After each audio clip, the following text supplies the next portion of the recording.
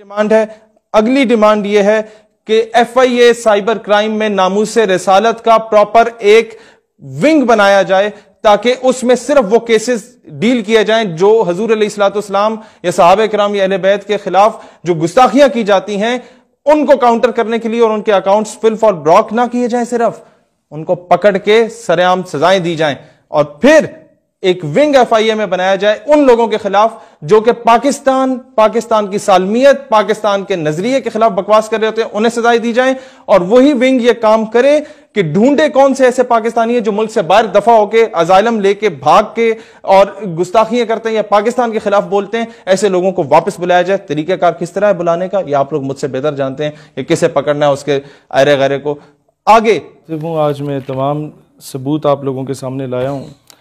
गुज़िश्ता रोज़ एक कमर्शियल जाकिर ने इस्लामाबाद में सैयदना सिद्दीक़ अकबर रज़ी अल्लाह तआला अन्हु की शान में गुस्ताखी की।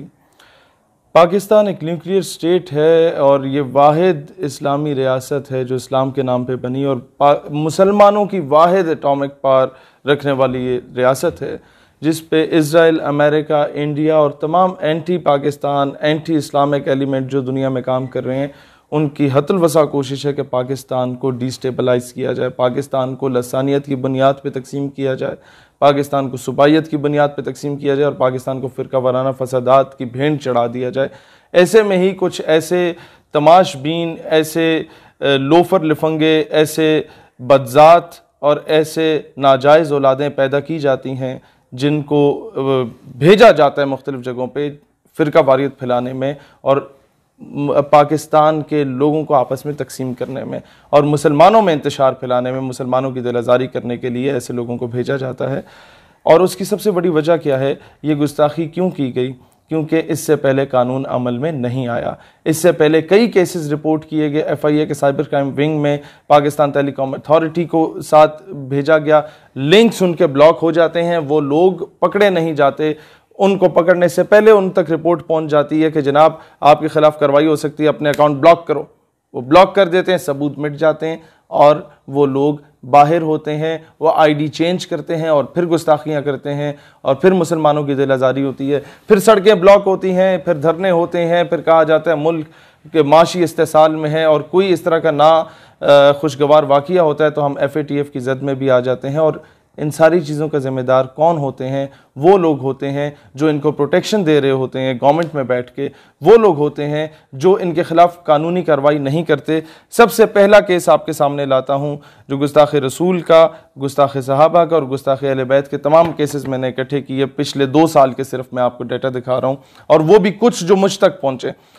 1 मार्च 2019 का ये केस है और ये अभी तक इस पे कोई कार्रवाई नहीं की गई, इस बंदे को नहीं पकड़ा गया।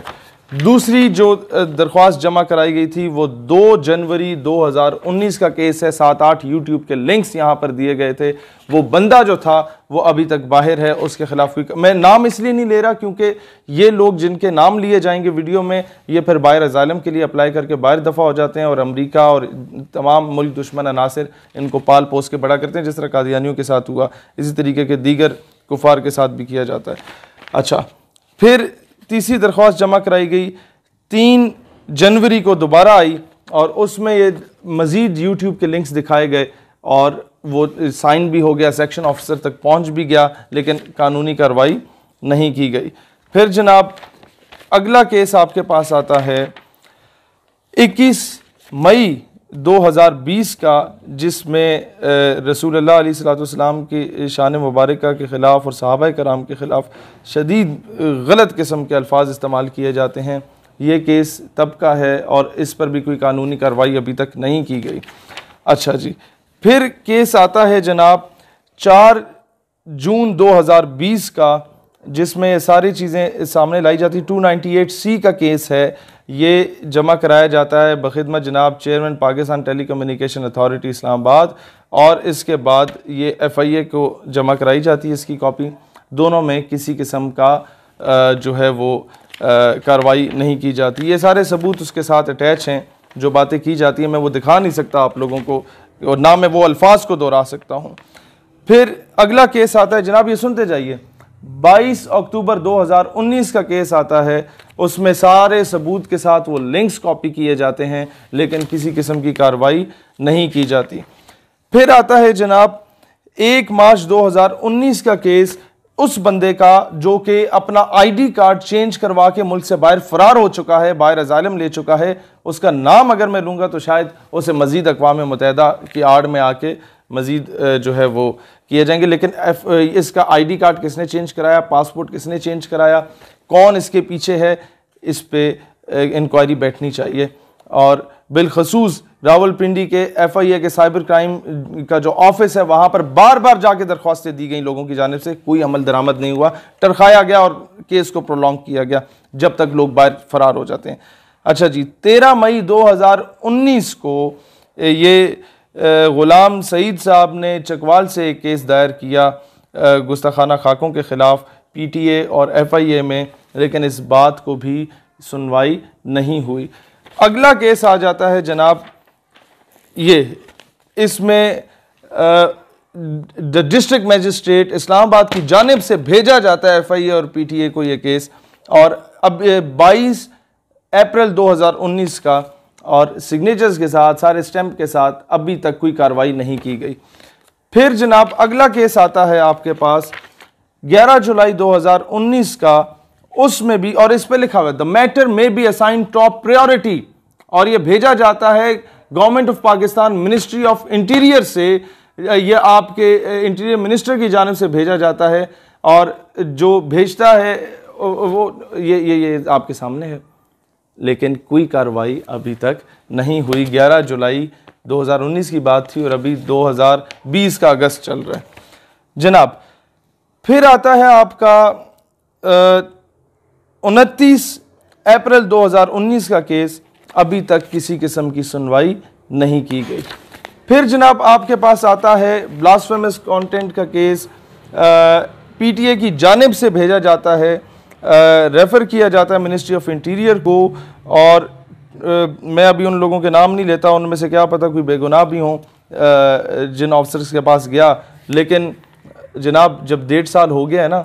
तो फिर मुझे मजबूर ना करें, अगली बार मैं नाम लेने पे भी मजबूर हूँगा। 15 जुलाई 2019 का केस है, अभी तक कोई सुनवाई इसकी नहीं हुई, और मतलब गुस्ताख रसूल या गुस्ताख सहाबा, गुस्ताख अहले बैत जो हैं उन्हें गिरफ्तार नहीं किया गया। और आखिरी केस है 17 अप्रैल 2019 का, महकमा औकाफ की जानिब से भेजता है FIA के साइबर क्राइम विंग में, वो जनाब उसकी कोई सुनवाई नहीं होती। ये आपके इस्लामाबाद के वो केसेस हैं जिन पे सुनवाई नहीं हो रही, और जब इन पे सुनवाई नहीं होती तो लोगों को मौका मिलता है कि हमें तो लगाम डालने वाला यहाँ पर कोई मौजूद है ही नहीं, लिहाजा किसी भी सहाबी रसूल की या अहले बैत कराम अलैहिस्सलाम में से किसी की शान में या रसूलुल्लाह अलैहिस्सलाम की शान में अगर कोई गुस्ताखी करता है तो वो खुलेआम करता है, उसे इस चीज़ का खौफ नहीं होता कि हमें पकड़ा जाएगा या नहीं पकड़ा जाएगा। 2-4 केसेस इस तरह के होते हैं जो कि बहुत हाई लेवल के उस अवाम में चले जाते हैं और अवामी दबाव के अंदर आके गवर्नमेंट शायद कोई एक्शन ले ले,